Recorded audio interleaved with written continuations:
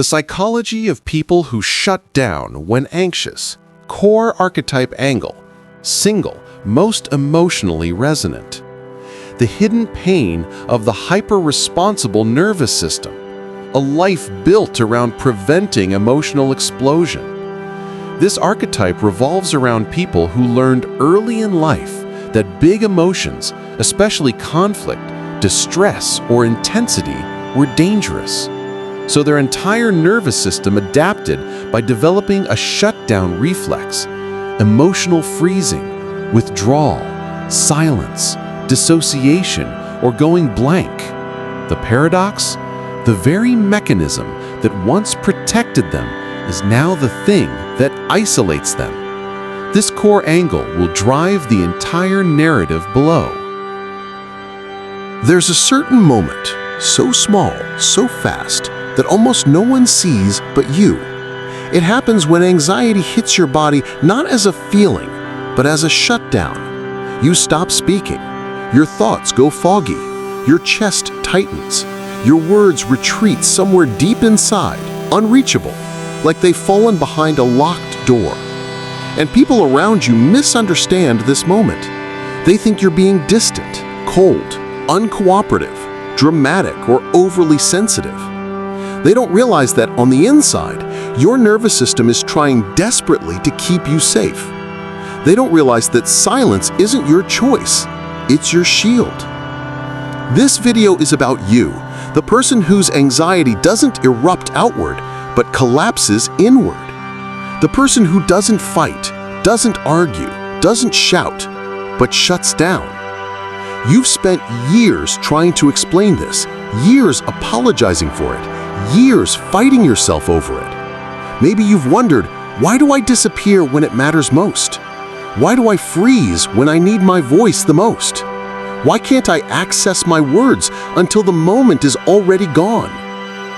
The truth is this: you learned, long before you knew what anxiety was, that your calmness was your survival, that your stillness protected you, that your silence kept the peace. And now here is the paradox. The very thing that kept you safe is the same thing that's sabotaging your adult relationships, your confidence, your communication, your sense of self. Because shutting down was your body's way of saying, if I feel too much, something bad will happen. And yet, now in adulthood, not feeling anything has become the thing that hurts you the most. In the next few minutes, we're going to walk into the psychology of this shutdown reflex, not to fix you, not to blame you, but to finally help you understand why your nervous system does what it does, so you can stop hating this part of you and start listening to it. 1. Hypervigilant emotional conditioning. Children who grow up in unpredictable emotional environments learn early to scan the room for danger. Tone of voice, shifting moods, sudden anger, disappointment. Whether it was a parent who exploded easily, a home where conflict meant punishment, or a family dynamic where emotional expression felt dangerous, your nervous system developed a hyper-awareness of emotional threat. Your brain learned to stay safe, stay quiet, stay small, stay calm. So adulthood arrives, but the old rules remain. 2. Avoidant attachment and minimization of emotion. In attachment theory, avoidant patterns often develop when a child's emotional needs were minimized, invalidated, or ignored. If you learned that expressing fear, confusion, anger, or sadness didn't receive comfort, or worse, caused more chaos, your brain concluded that emotions must be contained, locked down, hidden. And as an adult, you don't shut down because you don't care. You shut down because you were trained to handle everything alone. 3. Cognitive flooding and the freeze mechanism. Cognitive flooding happens when your brain becomes overwhelmed with internal stimulation. Thoughts racing, nervous system activated, emotional memory rising too fast. Your mind tries to process too much too quickly, and instead of exploding outward, you implode inward. This isn't weakness. This is your brain choosing the path of least danger based on your history. You learned it's safer to disappear than to be seen in conflict. Your brain still believes it's protecting you. But what does this adaptation cost? It costs your voice. It costs your presence. It costs your relationships. It costs your authenticity. The emotional price of shutting down is not small. It is profound and invisible and heavy.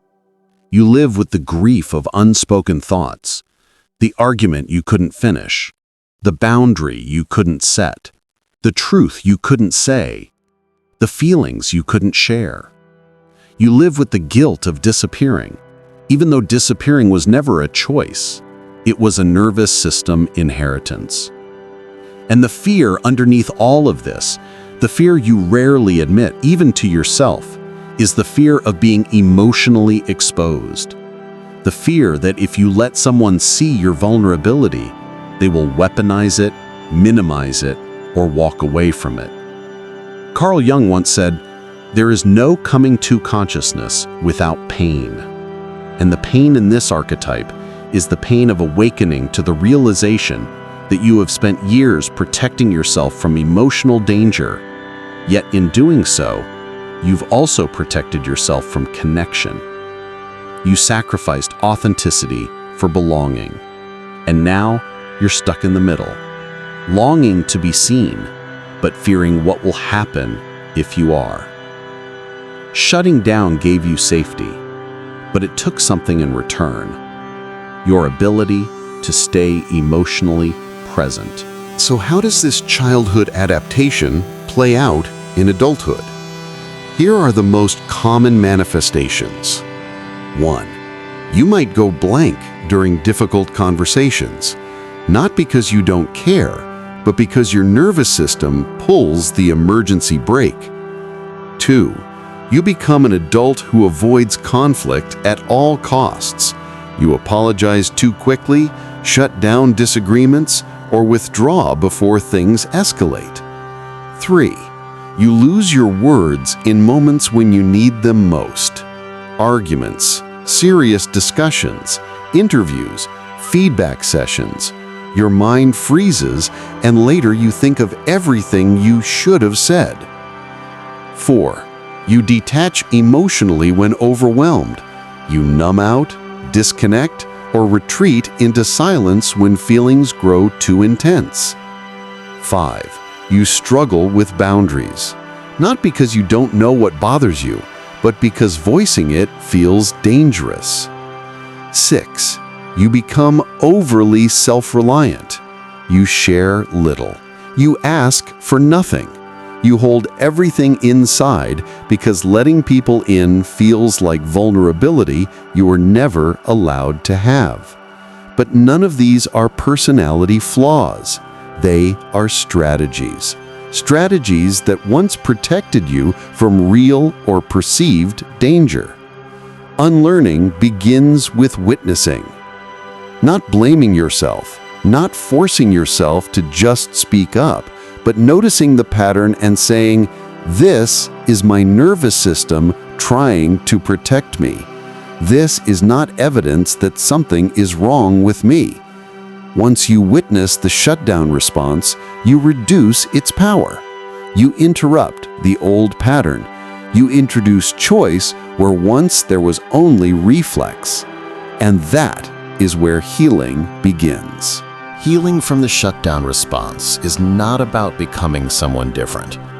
It's about becoming someone more whole, someone who can stay with themselves even when they feel afraid. Here are the paths forward. Inner child reparenting. You learn to speak to the younger version of yourself who had no safe outlet for emotion. You tell them you're allowed to feel. You're allowed to need. You're allowed to exist without disappearing. This is where the nervous system begins to soften. Somatic presence and gentle exposure. Instead of pushing yourself into discomfort violently, you introduce safety slowly, feeling your body, grounding yourself, breathing deeply when the freeze begins. Little by little, you teach your body that emotion is not danger. Shadow work and emotional permission. You explore the parts of yourself you learn to hide. Fear, anger, sadness, longing. You let these emotions surface in safe spaces. You reclaim them. Because shutting down isn't the absence of emotion, it's the overcrowding of suppressed emotion. Choosing softness instead of self-punishment. You stop judging yourself for freezing. You'll begin asking, what scared me? What did my body think it needed protection from? What can I do now to feel safer? Compassion becomes the antidote to shutdown. There is a quote often attributed to the Sufi poet Rumi: "The wound is the place where the light enters you." Your shutdown response is a wound, but it is also an opening, a doorway to understanding yourself more deeply than ever before. Because healing is not about breaking the shutdown reflex. It's about helping your nervous system discover that it no longer needs to use it. And if this message resonated with you, if you felt seen, named, or understood, you are not alone. You are not broken. You are not too much or too quiet or too distant. You are simply a person whose body learned to survive in the only way it could. And now, you are learning a new way.